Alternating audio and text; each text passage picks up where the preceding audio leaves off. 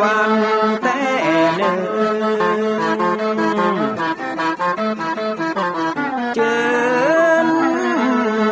พี่น้องมาฟังรายการธรรมะเบิกบานตอน6 โมงเจ้า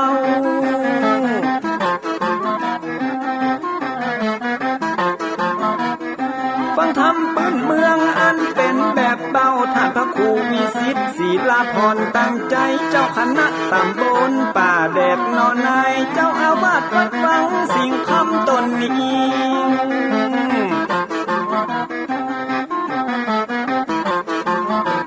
อนุรักษ์ของเก่าล้านนาก่อนกี่คือลูกหลานเฮาตีเกิดมาด้วยกันรักษาของดีเก่าเพื่อได้อยู่กู้ถิ่นล้านนาฟังทำแล้วของแผ่วจิตใจเหมือนป่าอยู่ในนาทีนั้นนาน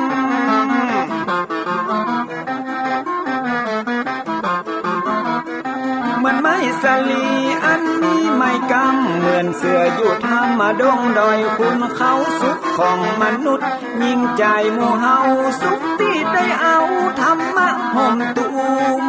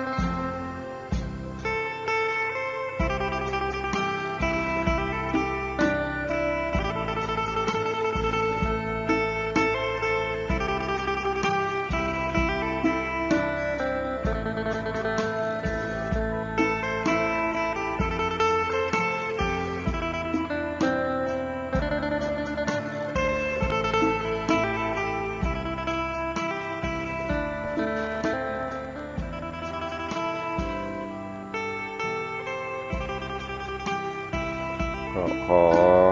ยกมือ10 นิ้วกราบนอบน้อมยังพระติรัตนแก้วเจ้าตั้ง3 ประการอันมีพระพุทธเจ้าพระสัทธรรมเจ้าพระสังฆเจ้าอันเป็นสรณะที่เปิ่งที่เคารพนับถืออันสูงสุดในชีวิตกราบคารวะแตบไตไวสาปุญญาปาลมีธรรมพระมหาเถรานุเถระเจ้าคณะพระสังฆาธิการภิกขุสงฆ์สามเณรจุตนจุองค์โดยความเคารพขอเจริญสุขเจริญปรพอออกไม่ออกศรัทธานาบุญตินจองห้องวัดจุหนุ่มเท่าใจยิงขอน้อมต้อนรับทุกท่านเข้าสู่รายการมรดกธรรมกำเมืองทางสถานีวิทยุกระจายเสียงพระพุทธศาสนาแห่งชาติและสังคมกระจายเสียงคลื่นเพื่อการศึกษาพระพุทธศาสนาและวัฒนธรรม คลื่นวิทยุสีขาวเพื่อเจ้าประชาคลื่นพระพุทธศาสนาและจริยธรรมส่งสัญญาณกระจายเสียงจากสถานีวิทยุในเครือข่ายทางคลื่นวิทยุสีขาวเพื่อเจ้าประชาและคลื่นพระพุทธศาสนาตามปกติเป็นประจำทุกวันพุธ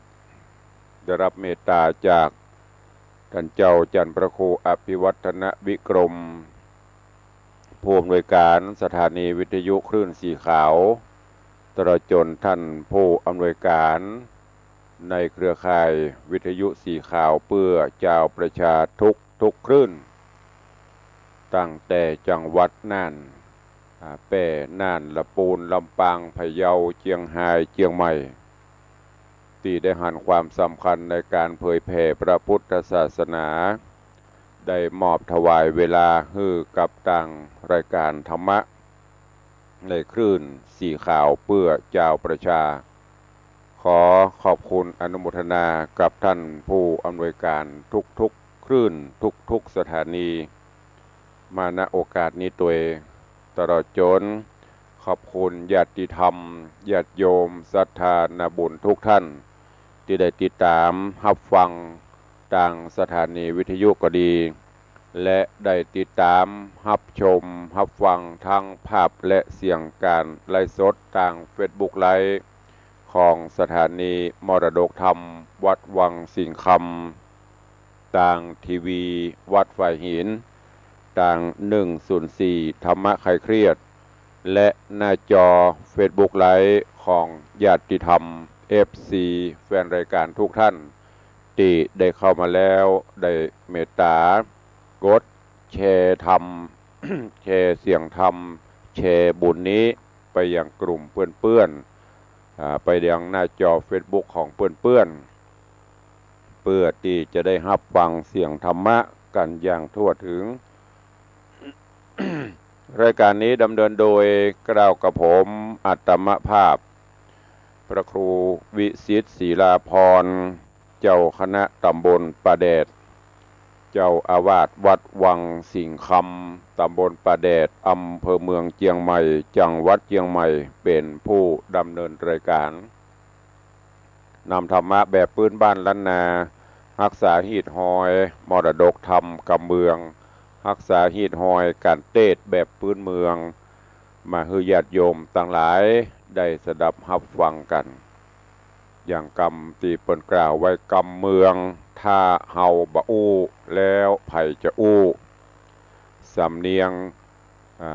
การอู้การจาการเทศแบบปืนบ้านล้านนาเฮาบ่รักษาไว้มันก็จะสูญจะหายไปนั่นก็ขอบคุณทุกท่านเด้อทางตอนนี้ตั้งหน้าจอ Facebook ไลฟ์ญาติโยมก็กำลังหลั่งไหลกันเข้ามาพอหลั่งไหลกันเข้ามาฟังหลั่งไหลมาให้กำลังใจก็ขอบคุณทุกท่านเนอะท่านผู้ใดมีอันใดที่จะเสนอแนะที่จะแนะนำก็สามารถพิมพ์คอมเมนต์เข้าไปได้เสร็จรายการแล้วตุลุงก็จะได้มาตอบมาตักเนอะเพื่อบ่ให้เสียเวลาเชิญชวนทุกท่านติดตามรับฟังพระธรรมเทศนาวันนี้เป็นพื้นเมืองเหนือดังที่ได้บอกในชื่อรายการตื่นเจ้ามาได้ฟังน้ำฟังธรรมได้เอากรรมศีลกรรมธรรมเอาสิ่งดีๆเข้าสู่ชีวิตก็จะทำให้วันนี้เป็นวันแห่งความสุขของทุกท่านตะวาก็ดีแต่คืนก็ดีว่าฝนก็คงจะตกกันมาเพราะว่าตะวานี้ครึ้ม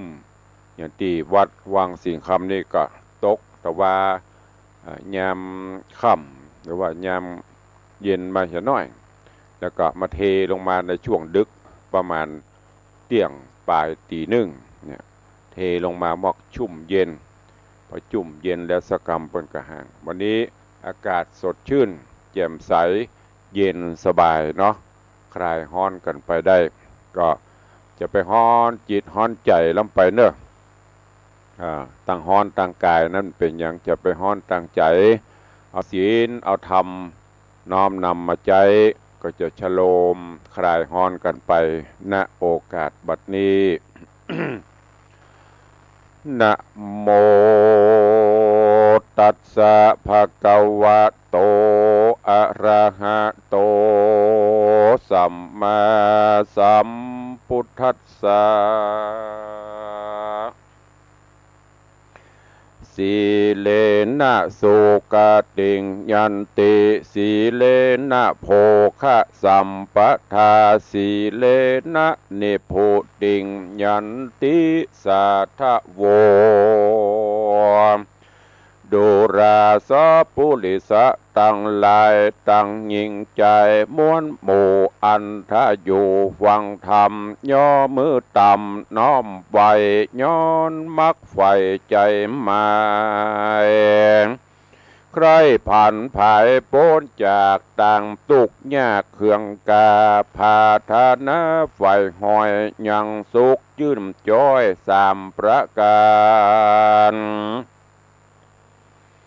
เกิดสุขสำราญลำยิงเมจุสิ่งดังประสงค์ในแขวงคงลุ่มฟ้าเกิดสุขแหล่งลาเมืองโคนสุขเมืองบนเตต้องแดนเขตห้องเมืองสวรรค์เป็นนิรันดร์ค่ำเจ้าบ่โศกเศร้าเครื่องกามมีตันหาดับบ่ออาดับมอดตุกจริงวอดดับหายได้พันภัยไปสู่ยังติอยู่ในระปานยิ่งได้ฮือตานเข้าแนมบัตถุพรำปัจจัยศีลดวงใส58หักษาแขวดกับตนบ่เมาวนด้วยบาปอันกระยาบนานาปาการมาพร้อมนาอยู่ท่าฟังธรรมฟังแล้วจำเฮอใดแกะก้อนไกเอาสารเอาเป็นยานวิเศษป่าโป้นเขตเครื่องกาแถมพระญาตัวเก่าเฮอมากเต่าปันปูนปอยกนุนบกยกนุนเตือมกำเฮอล่วงล้ำเครื่องเคียงคำสอนดีคำสอนมีติดต่อจุงตั้งภาษาตลอดาฟังบัดนี้เดชนามนุษย์สา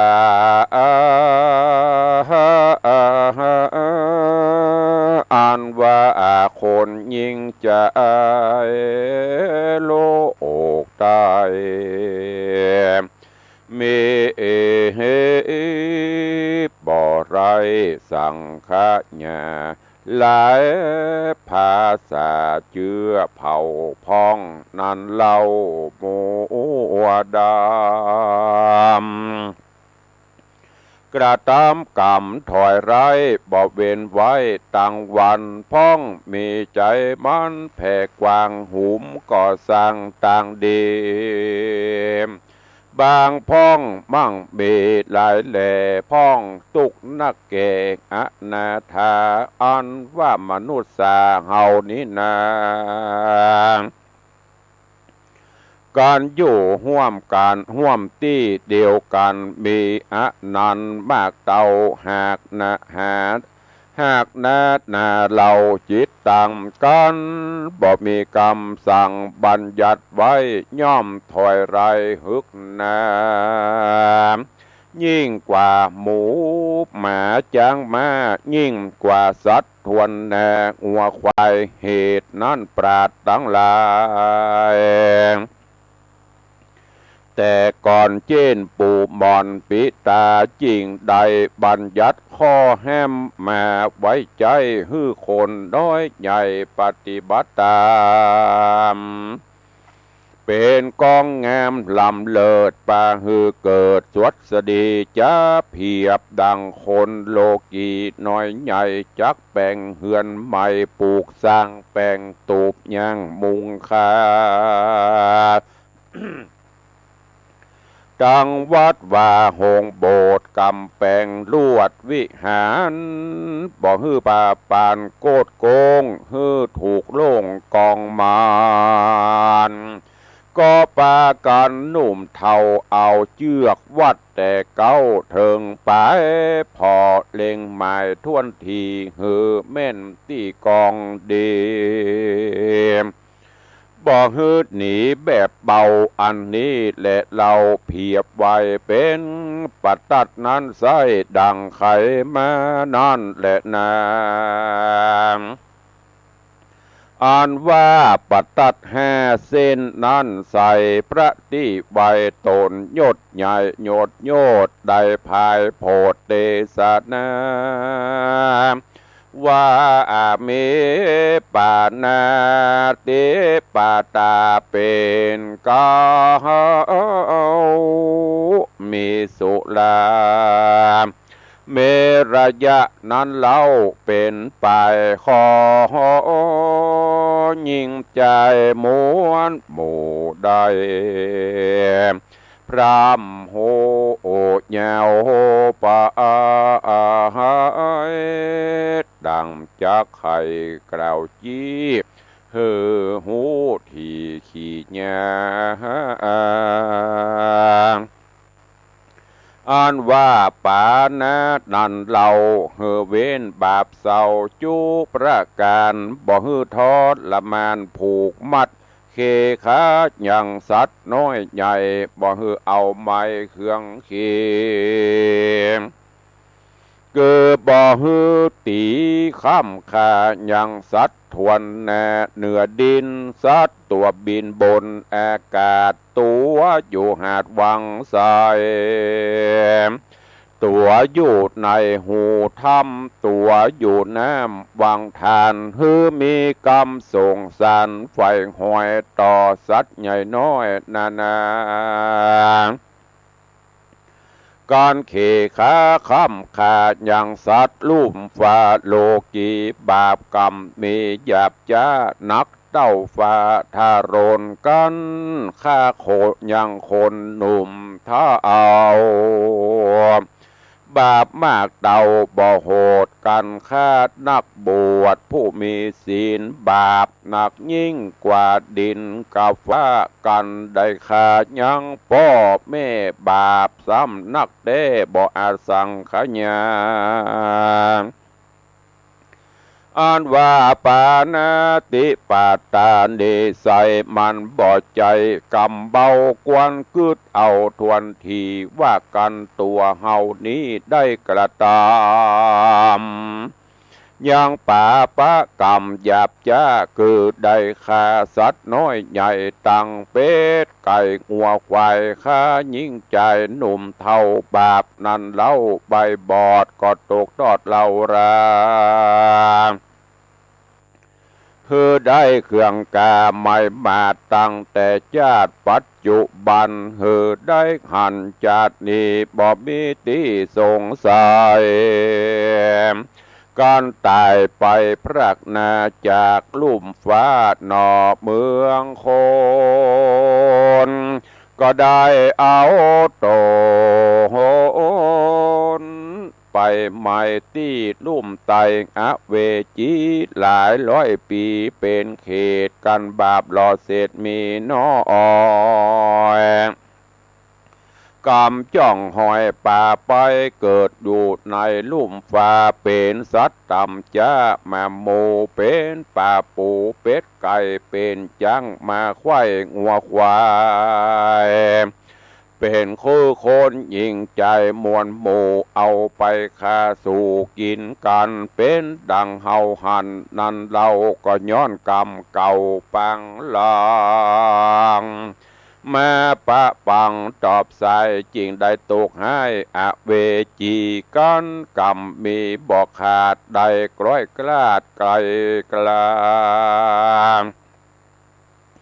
เกิดมาเป็นคนมีตัวตนแผกเบามีหูตาเล่าหนวกบอดมีแขนแขนขากอดมืองอเป็นตูดก่อขี่เหือนมีเลือดเปื้อนตัวตนทุกท่าหล่นอยากไหลหาเลี้ยงใส่ตามพานบ่มีวงวานพี่น้องบ่มีเพื่อนปองมิตรสหายเปียที่หลายไม่มาดยอมมาปาดอินสีฮือได้เครื่องเคียงลำบากกินยาหลายปากกัวกินยาหลายปากกู้บานหมอปอขี้ข้านจักยาได้ฮับทุกขเวทนาไม่เอาก็ย้อนกรรมเก่าสร้างไว้เดิมมาเลยไล่ตัวตานเพื่อได้หันจัดเนดังกาวจี้ไข่มานันและนะส่วนว่าปัดตัดเส้นที่สองนั่นใส่เป็นข้อแห้มไว้ทัดมาเกืออาดินนาตานาเป็นนันเราอย่ามีใจบาปเศร้าตรีปองลักยังของด้านคู่อื่นอันเขาบ่ยื่นหยอปานของจูอันน้อยใหญ่มอกนิ้วก้อยไปมืออย่าถือตื้อลักว่าแม่นจักว่าไผ่บ่หันอย่ามีใจพันโลภลักย้อนเป็นบาปอันนักมืดเศร้าก็เฮานี่เล่าหากหูเฮาเป็นผู้ใดกระทำบาปและกรรมนั้นใส่ก็หากมาได้ตัวเฮาจูงคะเน่งเอาที่สันกึดสอดดันแยวไปว่าเขาของว่าเข้าของอันใดนานแล้วผู้เป็นเจ้าก็หวงแหนบ่ไม้แขวนละตอดกันมีคนมาสอดลวงลักย่อมมีใจปักเอาไม้ป่าหื้อใดเครื่องกาเหตุนั้นนาพระพุทธเจ้าตนเป็นกาเจียงจินจริงใดปัญญัติสินข้อนี้นาเฮือเป็นตี้ห้ามไว้บ่เฮือคนน้อยใหญ่สงสารมีใจผ่านหอดหืนลักของผู้อื่นยิงใจเหตุมีโทษหลายใจจากคือการอยู่โลกลาเมืองคนจักได้อัธารนเอาไม้ในคอกใหญ่กังกาเหตุการณ์มรณะมวยมั่งจากโลกกว้างเมืองคนย่อมเอาโต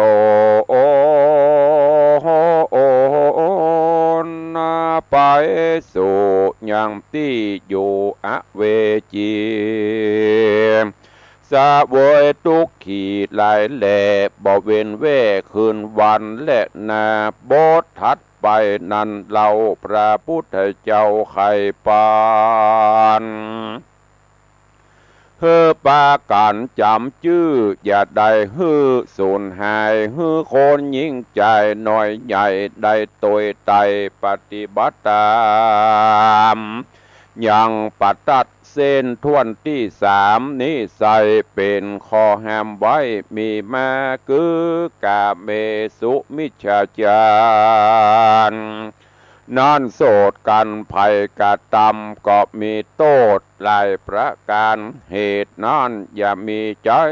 ห่านจื่นสู่ลักเล่นจู้หลายใจ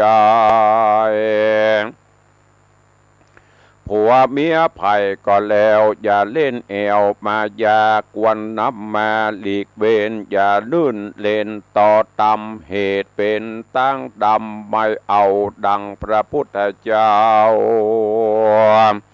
กล่าวจี้ว่าการเล่นจูนี้มีโทษหลายมากกว่าหินทรายในน้ำวิบากซ้ำโรโหอมมาเฮอเครื่องกาแตกมังได้หาดหางเสียกันเป็นเดือดนันลำแผ่เถิงป้อแม่วงศาละบุตรตาลูกเต่าได้ไม่เอาเป็นกำพระตุกโศกราตกผ่านอันวามิตรจะจันเล่นจูมีโทษกูยิงใจเป็นคนไหวจัดนีหันแต่นีปัจจุบันการดับขันกราดกร้อยบาปกรรมถอยเล่นจูจักส่งยูไปเกิดนรกเดือดอเวจียมผ้าบานตีจะใจจุ้ยมาไล่กับติวเล่นขึ้นตนงิ้วนามคมจาน้ำบาดกาญาเลือดย้อยเป็นตุกจ่องหอยเครื่องขี500 ปียังบ่โปนย้อนบาปลำโลนกันนาตัดสมาเหตุนั้นใส่คนน้อยใหญ่ใจยิงจุงการเด่งละปรากหลีกเว้นจากมิจฉาจารบ่มีใจบ้านจื่นสู่ลักเล่นจูผัวเมียพายมีใจใสผ่องแผ้วเป็นดังเกลียวประภาบุญจักรักษาช่วยกรรมฮือล่วงล้ำภัยมานได้สุขเจยบานเตี้ยงเต่าตู้คำเจ้าสวดสดีบ่อยาจะเล่นนาบททัดไปนั้นใส่คือหักมาได้ปัตตัดโปเส้นทวนสี่ฟังทวนทีย่อมใดปัญญาเกิโมสาวาตานั้นเล่าบ่ฮือคนหนุ่มเท่ายิงใจปากจับหมายจุหลอกกรรมสอกกอกมายากล่าวกรรมมุสาลวงล่อฮือพิษต่อกองธรรมจะยังกรรมบอดเตียงอู้บิดเบี่ยงไปมาฮือคนนาเอาไม่ฮือต้านใดขี่มองได้เสียของย้อนกรรมอูเพื่อว่าหูก็เครื่องขี่กรรมบ่มีแปลงใส่กรรมบ่ใหญ่แปลงหาภัยกล่าวกรรมมุสานิโสดย่อมมีโทษนักลายเป็นคนฝ่ายจัดนีบ่มีที่สงสัยกันตายไปมวยมังย่อมไปอยู่สังอบายเป็นตุกหลายเหลือแหลเป็นนักแก่แสนปีย้อนปากบดีนั้นโสดอันนี้เป็นโทษแห่งมุสานั่นแหละนาตัดสามานั้นเล่าคนหนุ่มเท่ายิงใจจุงจักหมายชื่อไว้อย่าเหือใดหายหนีกันจักไขวัตีเก่าอูอย่าหือลิงลูผิดธรรมใครแต่กรรมอันซื่ออย่าได้หือพิษแผกเบากรรมบาปเศร้าปาลากากรรมมุสาเว้นขาดกรรมห้าวหาตุมวางนับเป็นตั้งผาเสดป่าหือเกิดสวดสดีและนาอ่านว่าปัตตัดเส้นทวนแห่ทัดไปนั่นใส่มีชื่อไว้ว่าสุราเมรยะมัจจปมาทัฏฐานาพระพุทธาตนยศโยดเตสนาโพดปันมา สอนสัตตาหลายโลกไตหือหูไข่กองดีหือมีสติหูรอดบ่เกิดกาบ่หือกุดสอดขะนิ่งหามยังสุราน้ำเหล้าอันเป็นเก้าปาวายคือเสียเงินได้แต่โสดบ่มีประโยชน์อันใดเมื่อกินเหล้าไปนั่นเหล้าเมาแล้วเราลืมต้นจากงานโงนหยาบจ้ามักสวกกราโกธามักไข่จะอวดโอว่าตนหากหูนั่นนี้มักกล่าวจี้แจ้งด่าเป็นกรรมหยาบจ้านาด่ายังสองขาพ่อแม่ด่าเท่าแก่ยิ่งใจเป็นคนวายบาปเศร้ายังฮือตนไม่เอาเสียของเสียเงินทองบาดไตเจ็บป่วยไข้ย่อมมีแม่อาโยวาสามันนั้นก็มินสันปันตายย้อนดื่มสุราหลายนั่นโสดหากมีโทษหลายประการเป็นดังนิทานแต่เก่าสืบต่อเล่ากันมาดังจากกล่าวจีหือหูที่ยาวไปว่ายังมีเต้าห่อใจตนหนึ่งองค์อาจยอมกินเหล้าบ่ขาดจุวันวานแม้วันหนึ่งนายามเจ้าก็ฮืออำมาตย์เก้าต่างตาไปเอายังกินวันวานมาลาบโลแล้วนำมาสู่ตนกูเอาละเล่ามาจูอย่าจะอำมาตย์กระเตรียมใจก็จะกำไปน้อมไว้ว่าจีนอันซื้อไว้วันวาหากมีมาตัวปูกาบตื่นลู่เอาไปจากเนี้ยสันใดนั่นเราตีนั่นพญาเจ้าก็ไข่ปานว่าฮือสู่ปากันตังหมู่ไปเอาจีนมีอยู่ยังกาดเครื่องในอย่าขาดนำมาอ้อมบาดก็จะบอกจีว่าวันนี้นาเป็นวันพระวันศีลสัตว์เหนือดินลุ่มฟ้าเขาบอกคากกแก่งใจหอมแปงค่ำเจ้าและนา อันว่าพญาเจ้าโตนนี้ใส่หากฮักลูกไทยบุตรตาก็เรียกหาลูกน้อยอันพงอ่อนอ้อยขวบปีนางตาสีขาใจก็เอากุมารนันใส่ไปหายังตนราชาผู้เป็นพ่อก็อุ้มลูกหน่อยหน่อใจเดียวใจก็กึดเหลวไปหา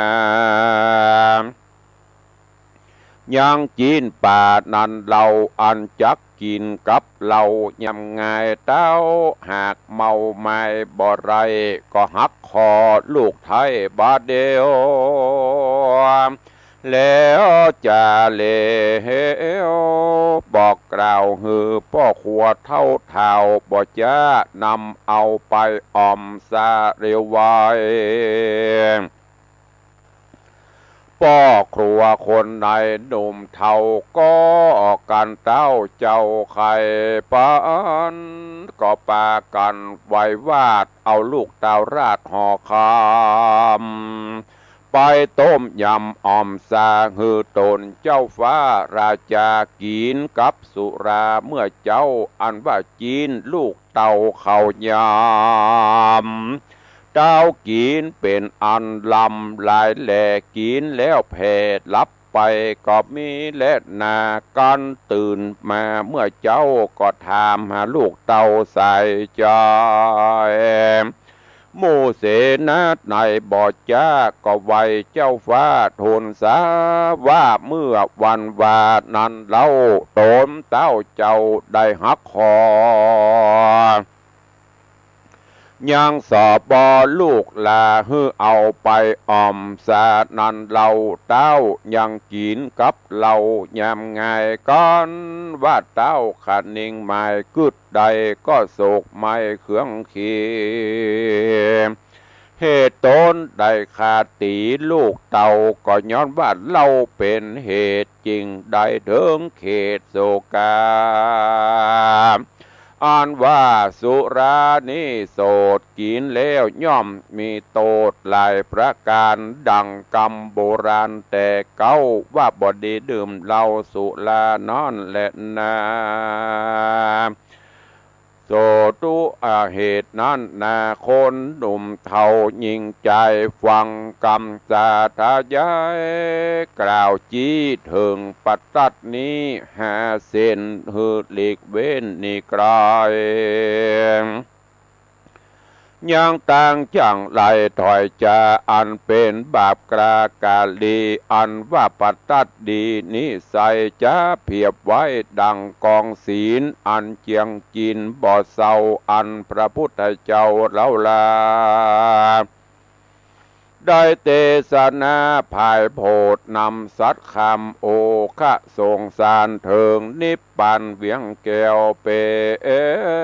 นดีแล้วมโนโอนาย การคนพูดใดหน่อยใหญ่ใดโดยไตปฏิบัติตามยังปัตตัดงามหาเส้นหูดีกเว้นต่างถอยมักไฟหอยต่างดีจากได้สุขีบอกขาด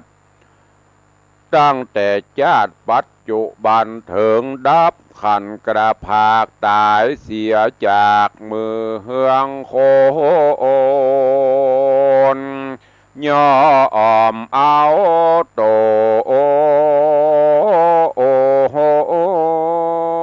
ไปเกิดในตีจันฟ้าเลิศกะเสมสีดังมีบาลีแต่เก้าอันตั้งไว้เล่านำมาว่าสีเลนะสุขติงยันติสีเลนะโภคสัมปตาสีเลนะนิพุติงยันติดังนี้ใครกล่าวจีวาผู้จักใดเอาตนไปเกิดตีผาเสดเมืองสวรรค์ได้สุขคืนวันค่ำเจ้าหรือจักมั่งเต้าถมแหนหรือจักไกลกราไปหอดเวียงแก้วยอดเนลปานก็ย้อนศีลเจียงคานนี้เราหากเป็นเก้านำไปเหตุนั้นควรขานิ่งในจะใจมีศีลไว้รักษาศีลจักป่าโปนจากต่างตุกยากจุประการใดสุขเจยบานจื่นจ้อยดังไฟหอยพาธนาและนาแถมประการดึงใส่กองบุญอันใหญ่ผาเสดอันลำเลิศสามประการตานังคือตานบอกขาดสีลังมีศีลสะอาดรักษาภาวนังมันภาวนาติดต่อมีสมาธิกอดในใจปัญญาใส่ลำเลิศจักบังเกิดมีมาขอมูลละอาสัทธามวลหมู่อันนั่งอยู่ฝ่าหังธรรมจงป้นต่างดำเอาไม่เจ็บป่วยไข้อย่ามาปานเคราะห์ภัยมันอุบาทอย่ามาปาดกาญา แม่นต้านต่างหลายผาทัดนาใครใดหรือมักไฟอันใดบ่นีไกลจากธรรมขอสมกรรมกูเจือดังไฟเอื้อใจมามีอายุหลายเตี้ยงเต้า100 ขวบเขาวัดสาจะได้กราดกรอยจุใหญ่น้อยยิ่งใจก็มีโดยประการดังกล่าวมานี้แหละนะนิธิตังขีญาสังวันนาวิเศษจะห้องเหตุธรรมเทศนาเรื่องปัตตัด5 เส้นก็บังโกมสมเรศสเดช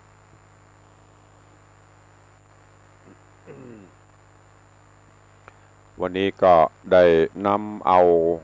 พระธรรมเทศนาปืนเมืองเหนือในเรื่องปัตตัด5 เส้นปัตตัด5 เส้นในธรรมเพิ่นก็ได้กล่าวเฮาจะปลูกจะแปลงเกหสถานบ้านจองแปลงนั่นแปลงนี้อย่างน้อยก็ต้องมีอุปกรณ์ที่สำคัญตลับเม็ดหรือไม้หมอกเมื่อก่อนมันมีตลับเม็ดมันก็ใจไม้หมอกมีดิ่งมีบัดเต้าหมูนี่เพื่อเป็นเครื่องวัดเพื่อมันถูกมันตัดมันแม่นมันซื่อมันตรงบักกดบักโกง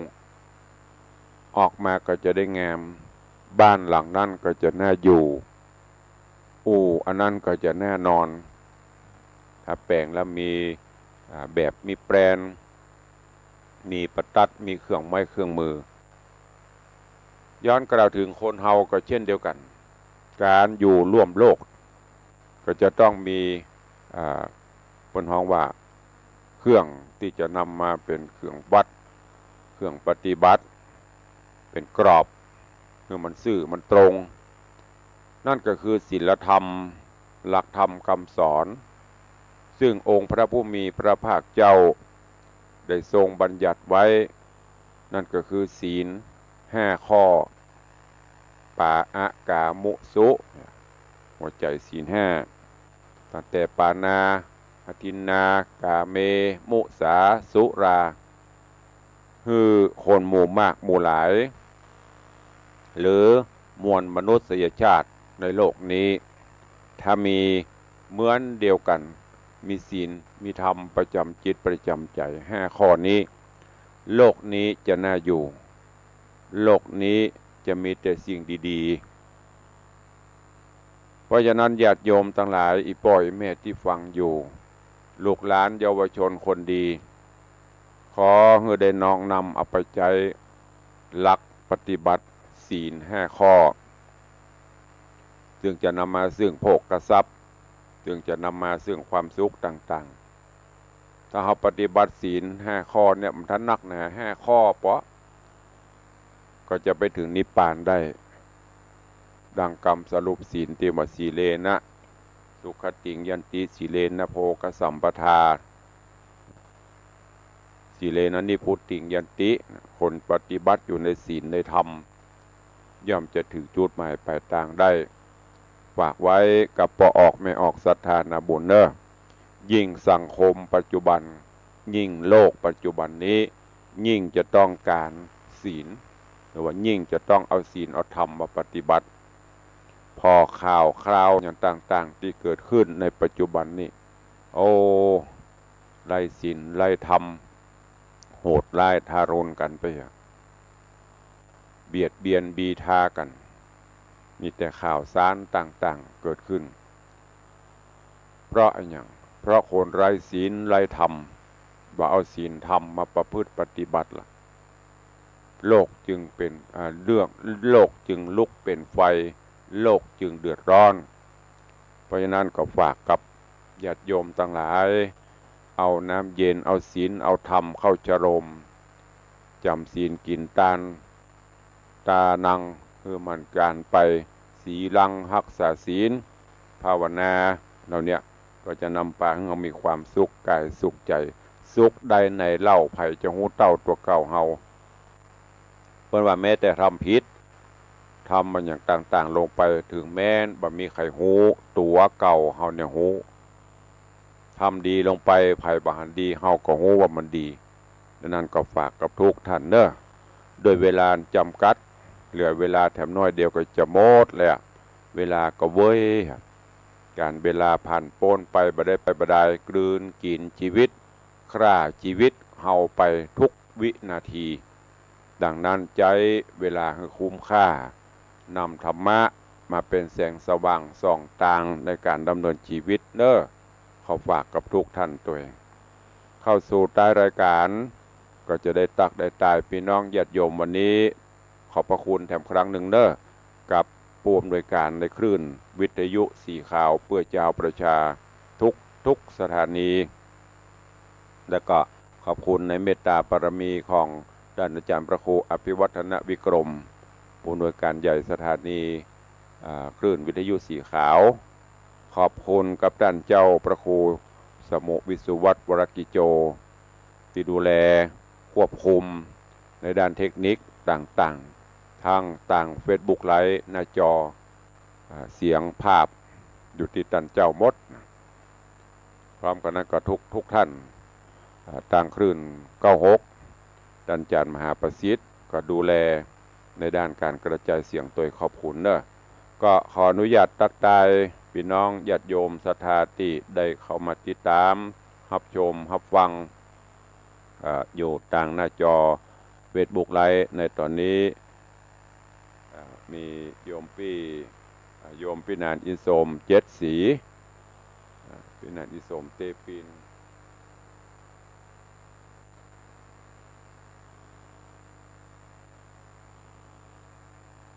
แล้วก็มีโยมพี่อัญชลีคำกิตติเจริญปอนโยมพี่นานจรัญปิยะจันทร์ดอยซิวโยมชิดชบาเจริญปอนโยมชนจันทร์ซ่อนคำเจริญปอนโยมพี่คำใสธนงศักดิ์ศรีสกุลโยมอัมพรกันทวี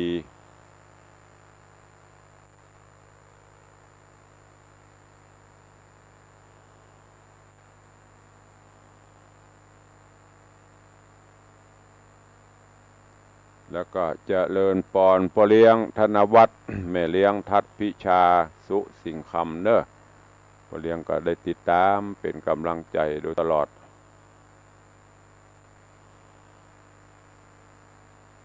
กับใบสาเจ้าวัดสาครับผมพ่อเลี้ยงจะให้กำลังใจขอบคุณเต้กับพ่อเลี้ยงธนวัฒน์แม่เลี้ยงทัดพิชาเจริญปอนโยมจนจันทร์จอนคำเจริญปอนยายเพลินเพื่อนเกษตรเจริญปอนโยมแม่จันดีวิสุทธินันท์เจริญปอนโยมแม่ปราณีพยัคไคหพลเจริญปอนโยมเพชรเจริญปอนโยมแม่เลี้ยงทัดพิชาสุสิงคำเจริญปอนคุณโยมเครือวันดวงปันสิงห์โยมแม่ดาวันคำวังแล้วก็มีพี่ไอ้นิคมหินแปงโยมพี่จัญญาฟองซักเจริญปอนคุณโยมสมทรงสิทธิตาแล้วก็มีครูอ๋อยศูนย์สงเคราะห์เด็กปัญญาอ่อนภาคเหนือเจริญปอนโยมอัมพรกันทวีครูบอยเทพประสิทธิ์แล้วก็หลวงพ่อวัดจันทร์เนอะติดตามรับฟังต่างเวทบกไรขัดตกบกพร่องประการใดขอประทานอภัยเนอะตัวมะนิ้วว่าจะไปตัดแว่นละต้องได้เปลี่ยนแว่นตาก็ใจเมินพอบอกให้หูเรื่องละต้องไปเปลี่ยน ได้ปีปลาย2 ปีแล้วไม่ได้เปลี่ยนเลนเนี่ยสังขารธรรมพอมันเลยเกิ่งมาแล้วมันจะมาของมันเรื่อยๆแว่นตาก็ต้องใจ2 อัน พอใกล้พอไกลเอาละขอไปจะไปตักตายพี่น้องต่างบ้านเนาะต่อด้วยต่างบ้านข่าวสารงานต่างๆนั่นวันนี้ยังมีเถอะก็จะมีช่วงนี้เป็นช่วงของประเพณีส่งน้ำพระธาตุอย่างที่เมืองละปูนเพื่อก็มีส่งน้ำพระธาตุเจ้าหริพุนชัยวัดหลวงละปูนเริ่มได้หลายวันละใครจะไปห่วมก็ไปเนอะแล้วก็ห้องเชียงใหม่เฮานี่ก็ปุ้นวันวิสาขบูชาประเพณีเตียวขึ้นดอยที่วัดวังสิงห์คำนี่ก็ปุ้นเดือน9ดับลองจะได้แจ้งคำใครจะอู้จะเอ่ยกับตุลุงเนอะต่างบ้านต่างจองเหลือเวลาแถม2-3 นาทีเข้ามาได้เนอะ0817836540เป็นกำลังใจกันใครฟังอยู่ต่างบ้านต่างจองจะโทรศัพท์เข้ามาร่วมรายการจะเริญปอนได้เหลือเวลาอีก2 นาทีป่าย3 นาทีฟังอยู่ต่างบ้านต่างจองต่างสถานีวิทยุที่ไหนต่างใด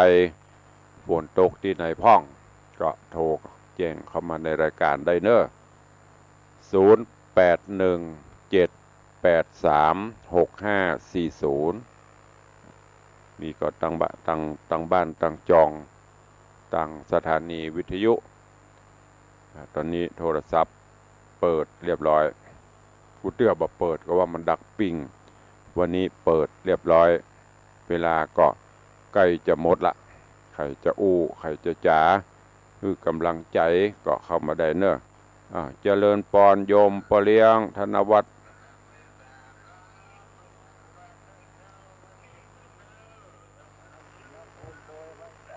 เช้าดูแลสุขภาพเนื้อฝนตกมาว่างแล้วเย็นเลยเนอะละครับเริ่มเย็นมาพ่อง เย็นมาว่างละว่ากำลังซ้ำมาแรงกันเอาตกมาแรงซ้ำเลยทุกเย็นมันรักมาได้ถ้ามันตกมันถึงตกตลอดละเฮ็ดทอบออกแล้วตกละทำแม่ย่อมคุ้มครองผู้ปฏิบัติเนาะที่ทำเนี่ยเนี่ยประทัด5 เส้นมิไหนดีใจได้ยินเสียงขับรถมาเนี่ยครับปูเนี่ยครับล่องอยู่กะล่องอยู่ครับล่องอยู่เที่ยวเจ้านะครับสาธุบุญรักษาเนอะกำลังใจวันนี้รัติจาเข้ามาตัวดีใจแล้วลูกละกะถ้าบัลูกก็เดี๋ยวจะวันก็จะเดี๋ยวจะประกาศห้องเสียงตามสายลำโพงว่าลูกเนอนะสาธุเจ้าบุญรักษาเนออยู่ดีมีสุขสาธุติดตามด้วยเด็กหญิงทัศพิษาวัดจะดอยนมัสการดูฟังอยู่ดูเปลี่ยนกำลังใจให้ท่านดูนึกว่าบรรลุเดี๋ยวจะประกาศเสียงตามสายจังหวัดที่5แล้วท่าน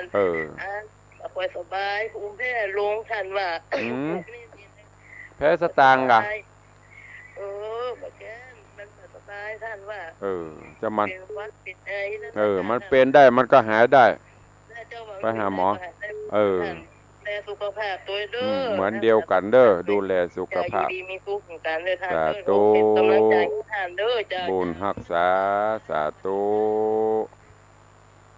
สายสุดท้าย7 โมงแล้วเจริญปอนฟังอยู่เน้อเหมือนกันสาธุอนุโมทนาแม่ดาวเรืองเข้ามาใจหมดเวลาละสายสุดท้ายว่าได้จ้าฟังอยู่เน้อ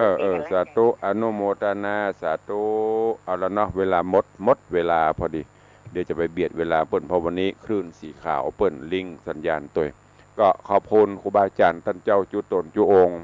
อนุโมทนาขอบคุณญาติธรรมญาติโยมเด้อดีได้ติดตามรับชมรับฟังและให้กำลังใจ